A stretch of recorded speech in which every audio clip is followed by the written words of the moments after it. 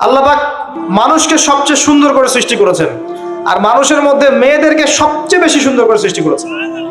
আল্লাহ পাকের সবচেয়ে সুন্দর সৃষ্টি হচ্ছে মেয়েরা, এবং তারা খুব নরম হয়, নরম, প্রজাপতি ধরার মতো।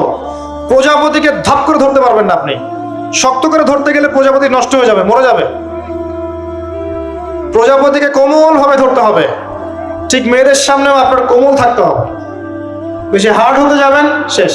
আমি আপনার গার্লফ্রেন্ডের সামনে কোমল হতে বলি নাই, আপনার ওয়াইফের সামনে হতে বলেছি। কোমল থাকলে আপনি জিতে যাবেন। দেখবেন দুনিয়ার চিল্লা ফাল্লা করছে আপনার বাসায়, আপনি চুপচাপ আছেন পাহাড়ের মতো, কোমল আছেন। 5 মিনিট পর দেখবেন নিজেই ঠান্ডা হয়ে এসে বলছে আচ্ছা সরি, ভুল হয়ে গেছে। আর যদি আপনি চিল্লা ফাল্লার কাউন্টার দিতে যান, তাহলে দেখবেন সুটকেস গোছানো শেষ, বাবার বাড়ি চলে গেছে। ডিল করা খুব ডিফিকাল্ট। এখানে আপনাকে খুবই সবরের পরিচয় দিতে হবে। আল্লাহ পাক বোঝার তৌফিক দান করুন। আর আমরা মা বোনদেরকে রিকোয়েস্ট করব, 4টা মূলনীতি মেনে কাপড় চোপড় পরবেন। আপনার কাপড়টা এমন হবে না যেই কাপড়টা পরলেও অঙ্গ প্রত্যঙ্গ দেখা যায়, বোঝা যায়, এমন হবে না। কাপড়টা এমন হবে না এত টাইট ফিটিং যে আপনার অঙ্গের উঁচু নিচু অবয়ব বোঝা যায়, এমন হবে না। কাপড়টা এমন হবে না যেটা অমুসলিমদের পোশাক, আর কাপড়টা এমন হবে না যেটা পুরুষদের পোশাক। এই মূলনীতিগুলো মেনটেন করে কাপড় পরবেন ইনশাআল্লাহ।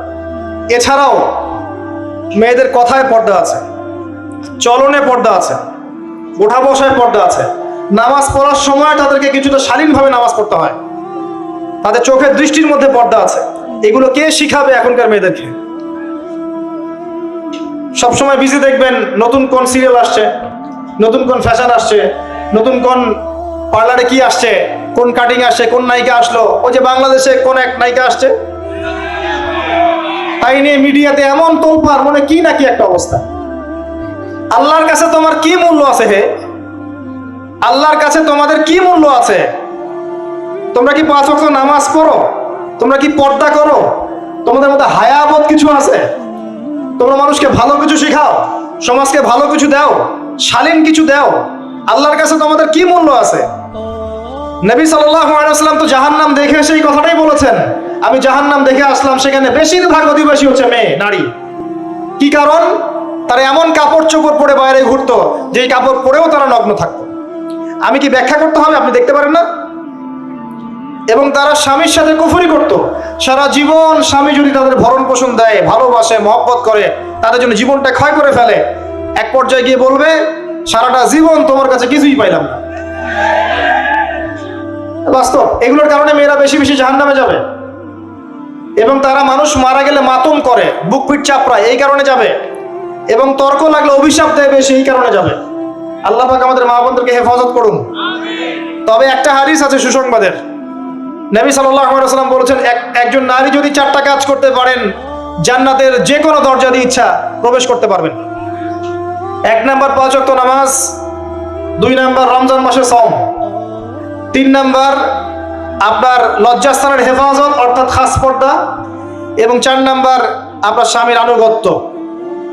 ফ্যামিনিস্ট আকীদার মেয়ে হলে আনুগত্যকে দাসত্ব মনে করে, স্বামীর আনুগত্যকে তার দাসত্ব মনে করে। স্বামী কে? স্বামীর সম্মান বোঝেন আপনি? স্বামী কে? যার ব্যাপারে নবী সাল্লাল্লাহু আলাইহি ওয়াসাল্লাম বলেছেন, আমি যদি আল্লাহ ছাড়া অন্য কাউকে সেজদা করতে বলতাম, তাহলে মেয়েদেরকে বলতাম তারা যেন স্বামীদেরকে সেজদা করে। আপনাকে আমি কিভাবে বুঝাবো স্বামী কে, স্বামীর মর্যাদা কোথায়? এগুলো কি ইসলাম মেয়েদেরকে ডমিনেট করছে এগুলো দিয়ে? কেন? এই স্বামী আপনার জন্য সারাটা জীবন ক্ষয় করে ফেলে। একটা চোর পর্যন্ত, একটা চোর, একটা করাপ্টেড মানুষ, দুর্নীতিগ্রস্ত মানুষ, সে চুরি করে, দুর্নীতি করে এনে বাচ্চাকে খাওয়ায়। একটা ধর্ষক পর্যন্ত ওর মেয়েকে আদর করে। পুরুষ মানুষ কি জিনিস কেমন করে বুঝবেন? সারাটা জীবন ক্ষয় করে ফেলায়। যদি আপনি তার আনুগত্য করেন, তার সামনে সুন্দর মতো থাকেন, তার কথার সাথে তর্ক না করেন, ভালোবাসা দিয়ে থাকেন, আপনার জন্য সে জীবন দিতে প্রস্তুত থাকবে। এরকম পুরুষ মানুষ। আপনাদেরকে কেউ চোখ তুলে তাকালে চোখ তুলে ফেলাবে, এরকম পুরুষ মানুষ। আর এখন তো পরিস্থিতি ডিফারেন্ট। বাসায় পুরুষ বাইরের ছেলের সাথে ফোনে প্রেম হয়ে গেছে, পালায় চলে গেছে, বিয়ে করে ফেলছে। দেখবেন বাসায় স্ত্রী আছে, বাইরের মেয়ের সাথে প্রেম করে বিয়ে করা শেষ। বিয়ে করলে সমস্যা নাই, ব্যভিচার করে ফেলছে, বিয়ে সে করতেই পারে, সে যদি সমতা রক্ষা করতে পারে, সেটা তার ডিফারেন্ট ইস্যু, এটা অন্য ইস্যু। তো স্বামীর আনুগত্য আপনাকে কিভাবে বুঝাবো? এটা দাসত্ব নয়। নবী সাল্লাল্লাহু আলাইহি ওয়াসাল্লাম বলেছেন, কোন স্বামী যদি কোনো স্ত্রীকে চায়, তার প্রয়োজনের জন্য চায়, মহব্বতের জন্য, স্ত্রী যদি চুলায় রান্না করতে থাকে, ওই রান্না ফেলে দিয়ে তাকে আসতে হবে। হাদিস। রাতের বেলা স্বামী স্ত্রী শুয়েছে, স্বামীর চাহিদা আছে, স্ত্রীর কোনো সমস্যা নাই, স্ত্রী ফিট, ইচ্ছা করেই অহেতুক স্বামীকে বলল আমি রাজি না, উল্টা পাশে মুখ করে ঘুমিয়ে গেল। আল্লাহর নবী বলছেন, সারা রাত আল্লাহর পক্ষ থেকে একজন ফেরেশতা আসবে, এসে এই নারীকে অভিশাপ দিতে থাকবে। এখন এগুলো হাদিস শুনলে বলবে যে ইসলাম তো মেয়েদেরকে ছোট করছে। একজন মেয়ে তার, একজন স্বামীর কথা বলছে, স্বামী তার মেয়ে, তার স্ত্রী, তার মা, তার বোন, সবাইকে তার মিরাসের হক দিতে হয়। একজন মেয়ে তার বাবার সম্পত্তি পায়, কোনো কোনো ক্ষেত্রে তার ভাইয়ের সম্পত্তি পায়, তার স্বামীটা তো পাই, তার ছেলেরটাও পায়, নানি হলেও সম্পত্তির হক আছে। একটা মেয়েকে চতুর্দিক থেকে সিকিউর করা হয়েছে ইসলামে। তারপরেও কিছু ফ্যামিনিস্টের কারণে এরা বলবে যে মেয়েদেরকে ইসলাম ছোট করছে। হ্যাঁ, মেয়েদেরকে ইসলাম কেন ছোট করছে? কারণ পর্দা করে যে বাইরে বেরোতে বলেছে, ঢ্যাং ঢ্যাং করে নগ্ন হয়ে বেরোতে নিষেধ করেছে, এই কারণে। যদি বলে যে হ্যাঁ ইসলাম আপনাদেরকে ফ্রি মিক্সিং এর স্বাধীনতা দিচ্ছে, আপনারা সবাই ফ্রি মিক্সিং করেন, গেঞ্জি পরেন, টি শার্ট পরেন, স্যান্ডো গেঞ্জি পরে বাইরে ঘুরে বেড়ান, টাইট ফিটিং প্যান্ট পরে বাইরে ঘুরে বেড়ান, সব জায়গায় আপনারা ফ্রি মিক্সিং করেন, পর্ন দেখেন, জেনা করেন, মদ খান, ইসলাম খুব ভালো। তখন তোমাদের জন্য তো ইসলাম নয়, তোমরা জাহান্নামে যাও, আল্লাহর কি আসে যায়? ইসলাম তোমাদের জন্য নয়, তোমরা জাহান্নামে গিয়ে মরো, ইসলামের কিচ্ছু যায় আসে না। আল্লাহর ওয়াস্তে পারিবারিক আদর্শের দিকে ফোকাস করেন প্রিয় ভাই। নিজে জাহান্নামের আগুন থেকে বাঁচান, পরিবার বর্গকে বাঁচান, পরিবার বর্গকে বাঁচান। পরিবার একটা পার্ট হচ্ছে আপনার পিতামাতা। পিতামাতার সাথে খারাপ আচরণ করতে যায় না আল্লাহর ওয়াস্তে। সেই ব্যক্তির জন্য ধ্বংস যার পিতামাতা বেঁচে আছে, তাদের হক আদায় করে সে জান্নাতে যেতে পারলো না, তার জন্য ধ্বংস। আরেকটা অংশ আছে আপনার সন্তান সন্ততি। বাচ্চা কাচ্চার প্যারেন্টিংটা খুব সুন্দর করে করেন। যখন আপনি স্ত্রীর সাথে মিলন করতে গিয়েছেন, তখন দোয়া পড়েন, আল্লাহুম্মা বিসমিল্লাহি আল্লাহুম্মা জান্নিবনা শাইতান ওয়া জান্নিবিশ শাইতান মা রাযাকতানা। আমার মনে হয় এখনকার জেনারেশন যেগুলো আছে ফাসেক, মাদক সেবন করে, পর্নোগ্রাফিতে আসক্ত, ইয়াবাখোর, স্মাগলিং করছে, চুরি করছে, হাবিজাবি, ধর্ষণ করছে, আমার মনে হয় না তাদের পিতামাতা তাদেরকে জন্ম দেওয়ার সময় এই দোয়াগুলো পড়েছিল। কারণ পিতামাতা এই দোয়া পড়লে ওই সন্তানকে শয়তান স্পর্শ করতে পারে না। সন্তান হবে, সন্তান ছেলে হোক মেয়ে হোক, আপনার এটা নিয়ে মন খারাপ করার কিছু নাই। একজন কন্যা সন্তানকে লালন পালন করে সৎপাত্রে পাত্রস্থ করলে এই মেয়ে পরকালে আপনার জন্য জাহান্নামের আগুন থেকে ঢাল হয়ে যাবে। যার কাছে দুইজন মেয়ে আছে, দুইটা মেয়েকে সে ভালো করে মানুষ করেছে, নবী সাল্লাল্লাহু আলাইহি ওয়াসাল্লাম বলছেন সে জান্নাতে আমার সাথে এমন করে থাকবে, এইভাবে। কেউ যদি বিধবার দায়িত্ব নেয়, সেও নবী সাল্লাল্লাহু আলাইহি ওয়াসাল্লামের সাথে এইভাবে থাকবে। এতিমের দায়িত্ব নেয়, এইভাবে থাকবে। ফ্যান্টাসিতে ভুগছেন, একটা এতিম মেয়েকে বিয়ে করেন, একটা অসহায় তালাকপ্রাপ্ত মেয়েকে বিয়ে করেন, একটা বিধবা মেয়ে যার স্বামী মারা গেছে, কেউ নাই দেখার, তাকে বিয়ে করেন, তারপরে বোঝা যাবে আপনার মধ্যে কতটুকু দিন আছে। আর বর্তমান সভ্যতা আমাদের কি সমাধান দিবে? সবাই যদি দিনদার একটা করে ক্যাটরিনা খোঁজে, এই এতিম, এই বিধবা, এই যাদের দেখার কেউ নাই, এই মেয়েগুলা কি রাষ্ট্রের সম্পত্তি হয়ে থাকবে? এদের দায়িত্ব কে নিবে? পুরুষরা যদি দায়িত্ব না নেয়, কে দায়িত্ব নিবে? এখন কেউ যদি ওদের দায়িত্ব নিতে যায়, তখন তাকে আবার খারাপভাবে উপস্থাপন করা হয়, এই ব্যক্তির মনে হয় চরিত্র খারাপ। কিন্তু এদিকে বাইরে 10টা জেনা করে বেড়াচ্ছে, কোনো সমস্যা নাই, এগুলো উস্কায়। এইসব জাহেলদের জন্য ইসলাম নয়। ইসলামের প্রতিটা বেসিক ফান্ডামেন্টাল মানবতার কল্যাণের জন্যই।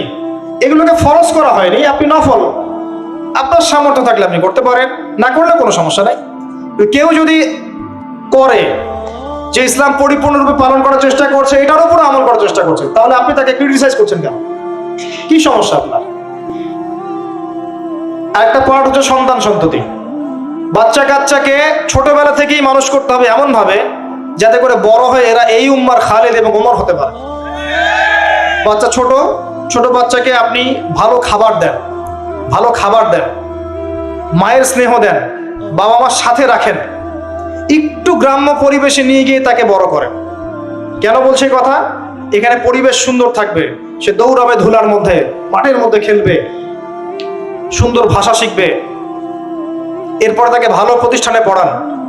প্রতিষ্ঠানটা এমন হবে যে প্রতিষ্ঠানে জেনারেল শিক্ষা, ইসলামিক শিক্ষা একসাথে দেয়া হচ্ছে, সে সব শিখবে। আমার ছেলে কোরআনে হাফেজও হবে, আমার ছেলে ডক্টরও হবে ইনশাআল্লাহ। এভাবে এভাবে করে তোলেন। আধুনিক হন, মাথাটা খাটান, ব্যাকডেটেড মানসিকতা বাদ দেন। বিশ্বটা এগিয়ে গেছে, আমাদেরকে এগিয়ে যেতে হবে। একমুখী জ্ঞান দিয়ে আপনি কিচ্ছু করতে পারবেন না এই যুগে। দ্বিমুখী শিক্ষার একটা হারমোনিয়াস কম্বিনেশন দরকার। আমাকে কোরআন জানতে হবে, সায়েন্সও জানতে হবে, নাহলে আমি সায়েন্স দিয়ে কোরআনকে ব্যাখ্যা করতে পারবো না, কোরআন দিয়েও সায়েন্সকে ব্যাখ্যা করতে পারবো না। জানতে হবে, আমাদেরকে শিখতে হবে, পড়তে হবে, প্রচুর পড়তে হবে। বাচ্চাদেরকে ছোট থেকে বড় করেন এভাবে। আস্তে আস্তে গিয়ে দেখবেন তারা যখন কিশোর, তাদের বন্ধু বান্ধবের সার্কেল দিকে খেয়াল রাখেন। আপনি বাবা হিসেবে তার বন্ধুর মতো আচরণ করেন, মা হিসেবে তার সাথে বান্ধবীর মতো আচরণ করেন, তার সাথে ক্লোজ হন, তার সমস্যাগুলো জানার চেষ্টা করেন। তাকে ফ্রি মিক্সিং এর মধ্যে পড়াশোনা করতে দিবেন না, না হলে স্কুল লাইফে সতীত্ব হারিয়ে ফেলবে। অনেক সময় অনেক মেয়ে আছে স্কুল লাইফে সতীত্ব হারিয়ে ফেলেছে, কলেজ লাইফে যেতে যেতে প্রস্টিটিউশনে চলে গেছে। অনেক মেয়ে আছে, এগুলো টপ সিক্রেট না, এগুলো সব ওপেন সিক্রেট। এখন ঘরে ঘরেই সমস্যা, মানুষ লজ্জায় বলতে পারে না। যে কটা মিডিয়া আসে এগুলো তো আমরা জানি, ঘরে ঘরেই সমস্যা ঢুকে গেছে, মানুষ লজ্জায় বলতে পারে না। ছোট ছোট বাচ্চা মেয়েদেরকে পর্যন্ত রেপ করা হচ্ছে এখন। এটা সেই ফ্যামিলিস্ট রেভলিউশনের কারণেই হচ্ছে। যত বেশি জেনাকে উস্কে দেওয়া হবে তত বেশি ধর্ষণ বাড়বে। ধর্ষণ বাড়তে বাড়তে এক পর্যায়ে বাচ্চাদেরকে ধর্ষণ করা বাড়বে। এরপরে কি হবে জানেন? এরপরে মানুষ সমকামী হবে বেশি বেশি, ছেলে ছেলের সাথে, নাউজুবিল্লাহ। তারপরেও কি হবে বলে যাচ্ছি, এরপরে আরো একটা ধাপ আসবে, যখন মানুষ গবাদি পশুর সাথে জেনা করবে। দেখে নিয়েন, এগুলো হাদিসে এসেছে, এমনি এমনি বলছি না, মানুষ এগুলো করবে। বাচ্চা কাচ্চাকে বড় করেন, ভালো খাবার দেন, ওকে খেলাধুলা করতে দেন। ও যত বেশি খেলাধুলা করবে ওর শরীরটা ক্লান্ত হবে, তখন খাবে ভালো, বেশি খাবে, ব্রেন শার্প হবে, ওকে ওর নেতৃত্ব দেওয়ার যোগ্যতা অর্জন হবে। ওকে খেলাধুলা করতে দেন, ওকে ব্যায়াম করতে বলেন, ওকে সাঁতার শেখান, ওকে তাইকুন্ডু শেখান, ওকে ফিজিক্যাল এক্সারসাইজ শেখান।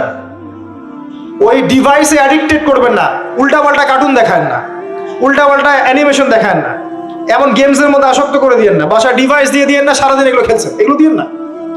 ওকে কায়িক পরিশ্রম করান, একটু বড় হয়ে গেলে বাজারে পাঠান, বাস্তবতা শিখুক, সংসার করতে শিখুক, ডিল করতে শিখুক, সামাজিক হতে শিখুক। ওকে সামাজিক বানান, গাছ লাগানোর কাজে ওকে ইনভলভ করে দেন, রক্তদান কর্মসূচিতে ওকে ইনভলভ করে দেন, ওকে সমাজ কল্যাণমূলক কাজ করতে শুরু করে দেন। দেখবেন ও সামাজিক হবে ইনশাআল্লাহ। কম্বল বিতরণ করতে বলেন, ত্রাণ দিতে বলেন, ওকে ওকে উৎসাহ দেন, নামাজে উৎসাহ দেন, রোজা রাখতে বলেন। মেয়ে ছোট থেকে মেয়েকে পর্দা করতে বলেন, বলে ও দেখবে যে আমার মা যখন বাইরে যায় তখন এই পোশাকে বাইরে যায়। আলহামদুলিল্লাহ, আমি দোয়া করি আল্লাহ পাক আমার মেয়েকে যেন খাদিজা রাদিয়াল্লাহু আনহার মতো কবুল করে। আমাকে বলেছে যে বাবা আমি 5টা বোরখা নিব। ওর বয়স 3 বছর। ওকে ওর মা বলেছে যে বাইরে যেতে হবে বাবার সাথে একটা প্রোগ্রামে, বলছে আমি বোরখা পরবো, না হলে যাবো না। আমি অবাক হয়ে গেলাম যে আমি কিন্তু ওকে বলিনি বোরখা পরো। মানে আপনাকে পরিবেশ বলে দিবে, একটা পরিবেশ, একটা সুস্থ পরিবেশে আপনি যদি আপনার বাচ্চাকে বড় করেন, আপনার বাচ্চা দেখবেন সুস্থ হয়ে বিকশিত হবে ইনশাআল্লাহ। একটা অসুস্থ পরিবেশ দেন যেখানে ঝগড়াঝাটি, মারামারি, রাহাজানি, কাটাকাটি, সুদ, দুষ, জেনা, ব্যভিচার আছে, এই যে আপনার অপসংস্কৃতি আছে, আপনার বাচ্চাটা আস্তে আস্তে নষ্ট হয়ে বেরোবে। পরিবেশ দিতে হবে। অসুস্থ পরিবেশের মানুষ কখনো সুস্থ জাতি উপহার দিতে পারবে না। তো এই বিষয়গুলো দিকে খেয়াল রাখেন, মেয়ের পোশাকে খেয়াল রাখেন, তবে মেয়েকে কার কোলে তুলে দিচ্ছেন এটা খেয়াল রাখেন। এই যুগটা খুব কঠিন যুগ, কাছের মানুষদেরকে দ্বারা মেয়েরা ধর্ষিত হচ্ছে, খুব খেয়াল রাখেন। বাসায় কাজিনের এত থ্রু অ্যালাউ করেন না, কাজিন সম্পর্ক থ্রু করেন না, অ্যালাউ করেন না। আপনার মেয়েকে মেয়েদের ব্যাচ একটা পুরুষ টিচার পড়াচ্ছে, ওই ব্যাচে আপনি মেয়েকে পড়তে দিয়েন না। একটা কোচিং এর ভাইয়া বাসায় এসে আপনার মেয়েকে প্রাইভেট পড়াবে গোপন কক্ষে, এগুলো করতে দিয়েন না। পরে আপনার মেয়ের ইজ্জত চলে গেলে আপনি হামাও করবেন, তখন আপনি অ্যাক্সেস করে দিচ্ছেন, জেনার সুযোগ দিচ্ছেন। শয়তান উস্কে দিবে, শয়তান তো চাচ্ছেই জেনা করাতে। মেয়েদেরকে মেয়েদের পরিবেশে পড়ান, ছেলেদেরকে ছেলেদের পরিবেশে পড়ান। ওরা বড় হোক, ম্যাচিউরড হোক, যখনই বিয়ের বয়স হয়ে যাবে দ্রুত বিয়ে দিয়ে দেন। বিয়ের পরে না পড়াশোনা করুক। বিয়ের পর পড়াশোনা করে অনেকে বড় আলেম হয়েছে, অনেকে বড় জাতির নেতাও হয়েছে। আমাদের জাতির পিতার ইতিহাস দেখেন, কত বছর বয়সে তিনি বিয়ে করেছিলেন, ইতিহাস দেখেন। একজন প্রেমময়ী নারী যদি পাশে থাকে, একজন ব্যক্তি বিশ্ব জয় করতে পারে। এই যে প্রমাণ দেখিয়ে দিয়েছে, করেন নাই? এরকম আগেকার মানুষদেরকে দেখবেন, ম্যাচিউরড হয়ে গিয়েছেন, বিয়ে করেছেন, এরপরে স্ত্রী পাশে ছিল, বিশ্বকে ডিল করেছে, নেতৃত্ব দিয়েছে। এই বিষয়গুলোতে খেয়াল রাখেন। পরিবারে হারাম ঢুকতে দিয়েন না। পরিবারটাকে ইসলামিক মূল্যবোধে গড়ে তোলেন। কু আনফুসাকুম ওয়া আহলিকুম নারা, এই হাদিসের উপর আমল করেন। আল্লাহ পাক তৌফিক দান করুন, আমিন।